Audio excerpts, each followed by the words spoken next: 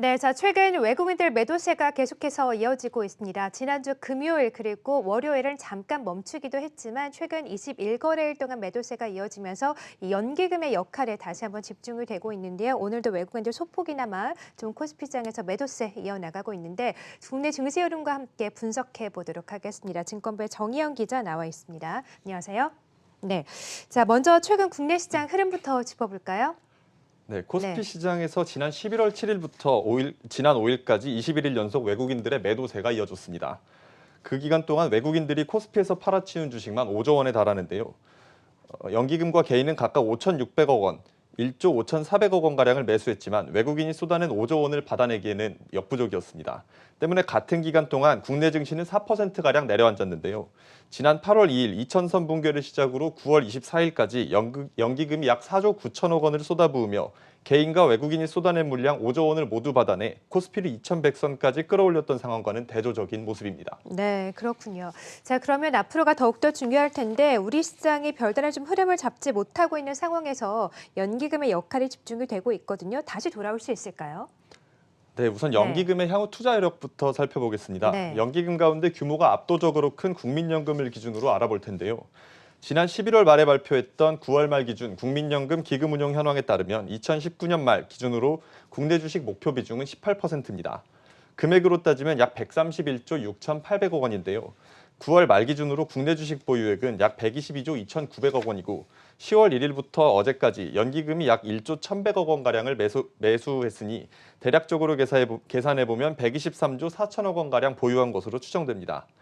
연말 기준으로 목표 보유액이 131조 6,800억 원이니까 차액을 계산해보면 남은 투자 여력은 대략 8조 2,800억 원가량 될 걸로 보입니다. 네. 연기금의 매수 여력이 약 8조 2,800억 원 정도 좀 남아 있는 것으로 분석이 나오고 있군요. 그러면 이제 연기금이 정말 돌아올까가 문제일 텐데 사실상 연말이 얼마 남지 않았잖아요. 어떤 전망들이 나옵니까?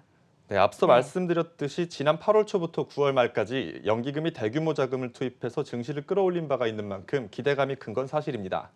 하지만 전문가들은 너무 큰 기대를 걸기에는 무리가 있다고 분석합니다. 국민연금은 시장 상황과 기금 운용의 장기 전망 등을 고려해서 국내 주식 목표 비중을 플러스 마이너스 5%포인트까지 허용하고 있는데요. 올해 목표치가 18%니까 플러스 마이너스 5%포인트를 적용했을 때 13에서 23% 안에만 들어온다면 목표치를 채운 것이 되는 셈입니다. 9월 말 기준으로 이미 17.2%를 채웠으니 이미 목표 비중을 달성했다고 볼 수 있게 되는 겁니다. 여기에 국민연금이 매년 국내 주식 비중을 줄여가는 추세라는 점도 연기금의 대량 매수세를 기대하기는 힘들 것이라는 예측에 힘을 보탭니다. 국민연금이 현재 보유하고 있는 주식 비중은 17.2%인데 내년도 목표 비중은 17.3%로 이미 내년 목표 비중에 거의 근접한 상황입니다. 만약 무리하게 국내 주식 투자 비중을 늘렸다가는 내년에는 비중 조절을 위해 물량을 대거 쏟아내야 하는 현상이 올 수도 있기 때문에 연내 공격적인 주식 투자 확대는 어렵다는 게 전문가들의 시각입니다. 결국 올해 남은 기간 동안 국내 주식 시장에 별다른 반등 신호가 없다면 연기금이 굳이 자금을 투입할 이유가 없다는 분석도 나오고 있습니다. 네. 그러면 연기금의 수급이 들어올 만한 요인들을 한번 찾아봐야 될 텐데 어떤 요인들이 있습니까? 네, 가장 먼저 국내 증시가 미중 간의 무역 협상 추이에 따라 큰 영향을 받는 만큼 미국이 중국을 대상으로 관세 부과 여부를 결정하는 오는 15일이 첫 번째 분수령이 될 걸로 보입니다. 가장 좋은 시나리오는 15일 이전에 미국과 중국이 1단계 합의를 마치는 건데요. 만약 15일 이전에 합의를 매듭짓지 못한다고 하더라도 연내 협상 타결을 위해 미국이 관세 부과 시한을 연기하고 협상을 이어나갈 것이라는 관측도 속속 나오고 있어 국내 증시의 상승 신호로 작용할 거라는 전망입니다. 또 국제 신용평가사들이 일제히 올해 한국 경제의 발목을 잡았던 반도체 업황이 내년에는 살아날 것이라는 전망도 내놓고 있는데요.